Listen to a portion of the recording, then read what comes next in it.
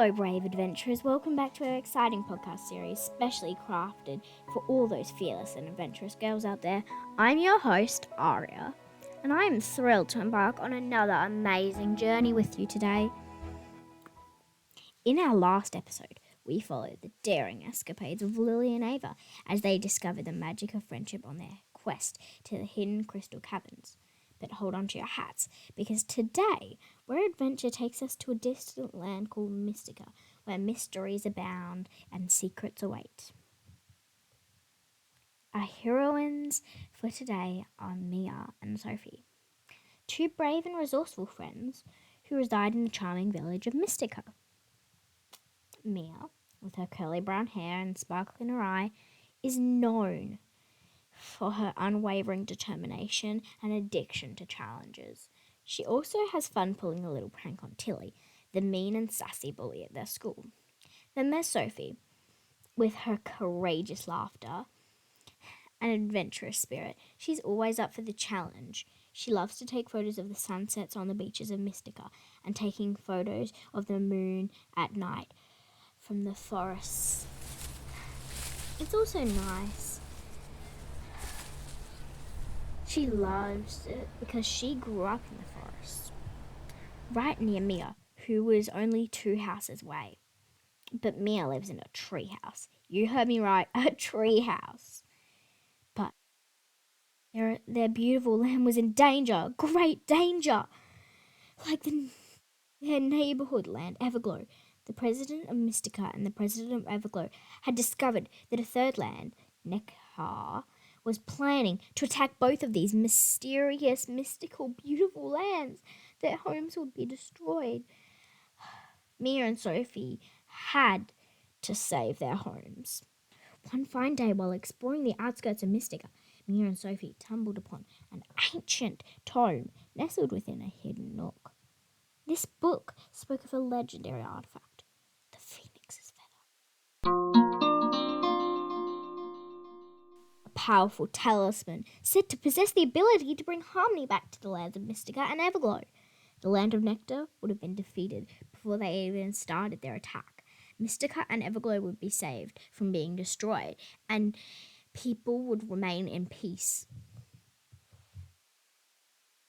Intrigued by this legend, Mia and Sophie set forth on a daring quest to find the exclusive Phoenix's feather and restore balance to Mistica.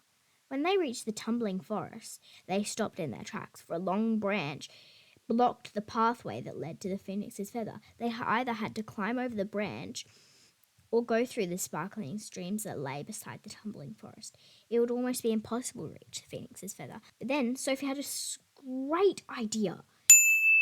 Mia, can you get me some of those branches from the tumbling forest hanging right above that log? And I'll get some vines and weeds. So Mia clambered onto the big fallen branch. It was too high to jump, so she reached out and grabbed 10 fallen branches. And Sophie grabbed 20 vines from the ground. And as the sun began to set, they set off on their mission. They had finished it, their raft, and they both hopped on. And as the river led them to the feather, they fell fast asleep. When they awoke, the sun was shining bright above their heads. But then Mia realized they were tipping. "A waterfall!" cried out Mia. But they grabbed onto the bank as the raft went over the edge. But then Mia slipped and fell down. But luckily, just as she was about to go down into the waters, Sophie grabbed her arm, and they kept going. They travelled over rolling hills and underneath the sunny skies. However, their path was fraught with obstacles. They would make it very difficult to find the Phoenix's feather. They came to a hill that had a path leading into a dark, rotting chamber, in which were 3 tables, each one with a fairy sitting at. They both walked up to the first table, and the fairy screeched in a very high and angry voice, "How dare you challenge me? I would beat you in 1 try." Mia and Sophie didn't know what to do. Then the fairy screeched, "Solve my riddle and you may pass." "So what is your riddle?" "Don't interrupt me, child, or there shall be great punishment." Mia stopped talking. Now, what has hands but can't clap? You shall have 3 guesses because I am kind. Mia and Sophie whispered to each other. Is it a clock? Mia chimed. Yes, you may pass, said the fairy, clearly annoyed at the two as they moved to the next fairy. You shall pass, she said. Clearly, this was a nice and kind fairy who was in a very good mood.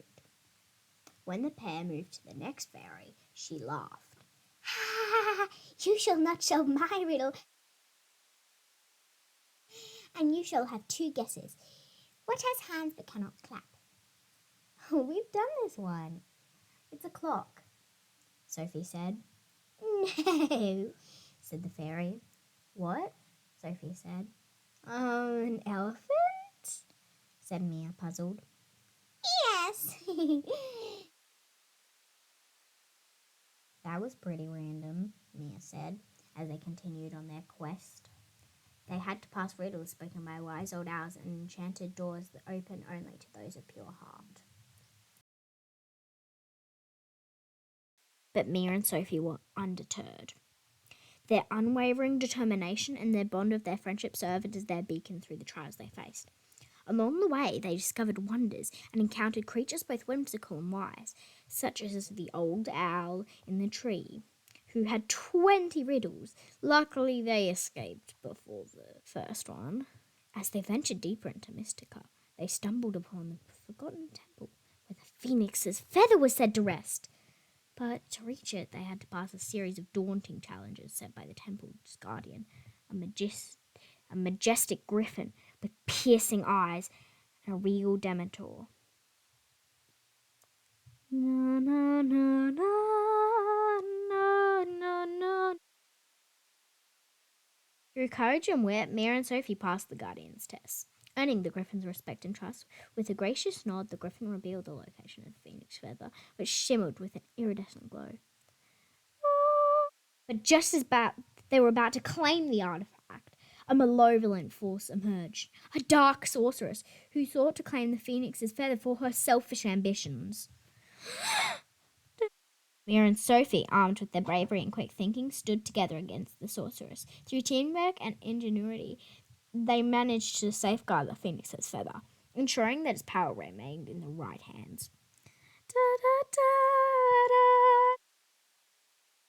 With Phoenix's feather in their possession, Mia and Sophie returned to Mistica, where they used its magic to restore harmony and peace to the land. And so, dear adventurers, as Mia and Sophie celebrated their victory, they learned that true courage and friendship can overcome any challenge, and that is the greatest treasure of all. And all of the greatest treasures are often found in the bonds we share. That concludes our adventure for today, but fear not. More wondrous tales await on the horizon. Until next time, keep your hearts open to adventure and your spirits soaring high. I can't wait to sail the mighty seas with you again. Army Hearties. See you next episode.